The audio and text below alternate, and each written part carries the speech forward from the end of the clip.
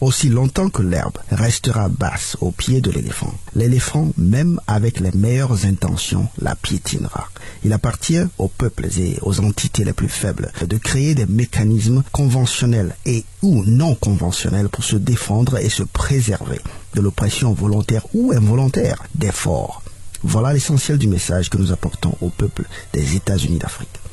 En août 2009, lors d'une tournée au Congo, Mme Hillary Clinton encaisse cette question de la part d'un jeune étudiant congolais. Et là, je paraphrase.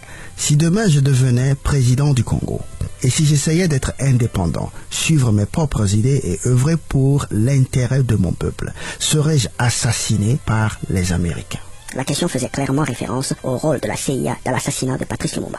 La réponse d'Hillary ne comporta ni regret, ni excuse, ni promesse de changement. Ce qui ne nous aurait pas émis outre mesure, mais ça aurait été déjà quelque chose. Au contraire, elle affirma qu'elle ne pouvait rien changer à l'histoire. Ce qui n'est pas faux. Qu'il était préférable d'oublier cette page sombre et de regarder l'avenir. Ça, c'est moins vrai. 2 ans plus tard, les forces de l'OTAN bombardent la Libye et assassinent Kadhafi.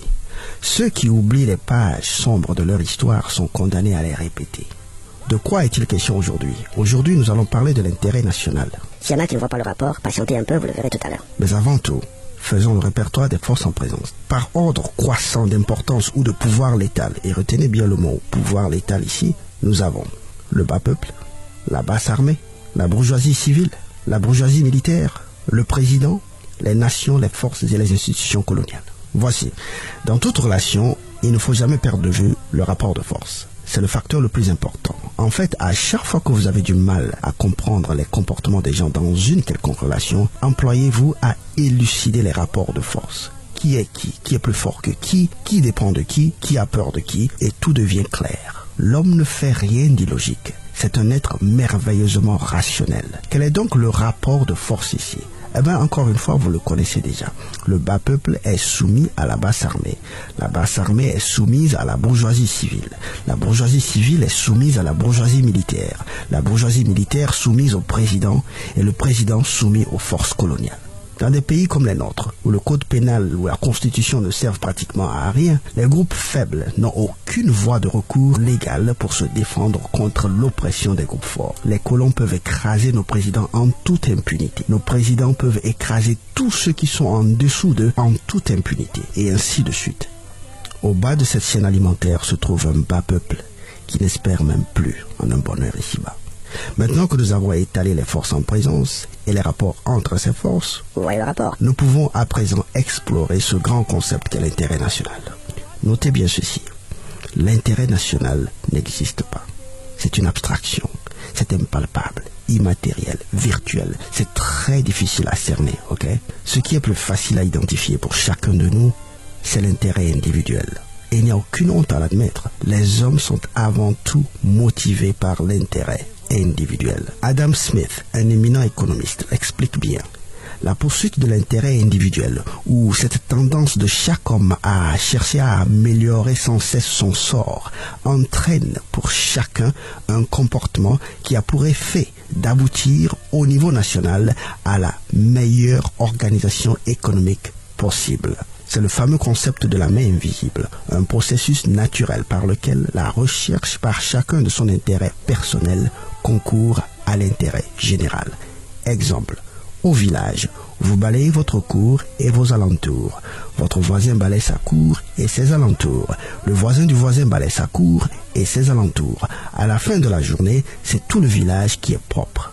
Mais au départ, il n'a jamais été question de la propreté de l'ensemble du village. Seul l'intérêt individuel est réel, palpable. Il est donc irréaliste, très illusoire, hyper naïf d'espérer et même d'exiger que votre président, brusquement, pour la simple raison qu'il est devenu président, ne poursuive plus son intérêt individuel, mais qu'il poursuive seulement l'intérêt national. Votre président est comme vous. Il est avant tout un humain, un individu. Il est naturellement programmé pour d'abord veiller à son intérêt personnel, veiller sur son sort. C'est une réalité absolument humaine et immuable qu'il vaut mieux ne ni dénier ni dénoncer parce qu'elle est là pour rester. Il faut seulement apprendre à la guider, la manipuler, la contourner, créer des mécanismes. Chaque peuple doit s'arranger pour que l'intérêt individuel de son leader puisse coïncider avec l'intérêt général de la nation. En d'autres termes, dans votre poursuite de l'intérêt national, qui n'est d'ailleurs qu'un déguisement de votre intérêt individuel, n'oubliez jamais que votre leader, lui aussi, est avant tout motivé par son intérêt individuel. Si ça ne l'arrange pas, il ne le fera pas. Si vous satisfaire implique qu'il sera tué par l'Occident, il ne vous satisfera pas. Son nom, c'est Faure Gnassingbé, c'est Ouattara, c'est Biya, c'est Bongo, c'est Nguesso, c'est pas Jésus-Christ. Il ne sera pas l'agneau à immoler pour le peuple. Non. Il a aussi droit à vivre. Depuis la grande collision des civilisations, chaque leader d'une nation pauvre qui a voulu servir les intérêts de son peuple a été tué par les nations riches. Nos leaders d'aujourd'hui le savent. Voilà pourquoi ils ont du mal à nous servir. Il y a un chantage ignominieux qui pèse sur leur tête comme une épée de Damoclès, prête à les trucider au moindre signe de nationalisme. Voilà pourquoi des gens normalement intelligents montent au pouvoir et on ne les reconnaît plus. De la même manière qu'il vous est difficile d'aller défier les canons et les chars de l'armée, c'est de cette même manière qu'il est difficile à vos présidents d'aller défier la menace des puissances impérialistes.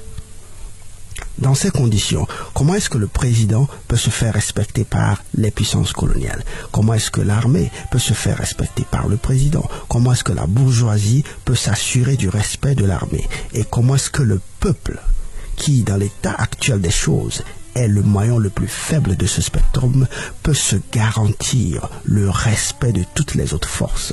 Par quel mécanisme conventionnel et non conventionnel l'herbe peut-elle éviter de se faire écraser par l'éléphant? Nous sommes 1 milliard d'Africains à vouloir le savoir. L'histoire nous l'enseigne et nous allons le partager dans les prochaines leçons. Mais d'ici là, faisons circuler cette vidéo ou même seulement la portion audio de cette vidéo. Faisons-la circuler sur Facebook, sur YouTube, sur WhatsApp. Pensons d'ailleurs à créer nos propres médias d'information.